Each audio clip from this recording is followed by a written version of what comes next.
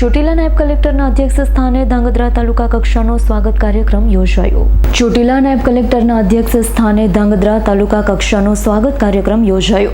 અરજદારોના વિવિધ પ્રશ્નોનું નિરાકરણ સ્થળ પર જ હકારાત્મક નિકાલ કરવામાં આવ્યા. બાવડી ગામે ખેતરમાં ભરાતા ચોમાસાના પાણીનો નિકાલ અને સરવાડ ગામના રીસર્વે પ્રશ્ન અંગે સૂચના અપાઈ. વીજ કંપનીને લો વોલ્ટેજની સમસ્યા દૂર કરવા કેનાલ પાસે રસ્તો બનાવી આપવા માટે તંત્ર કટિબદ્ધ છે.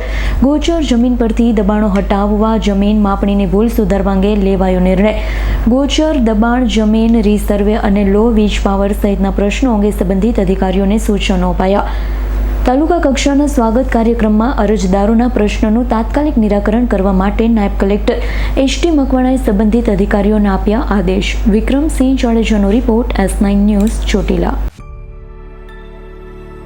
અમારી તમામ માહિતીથી અપડેટ રહેવા માટે જોડાયેલા રહો S9 ન્યૂઝ સાથે.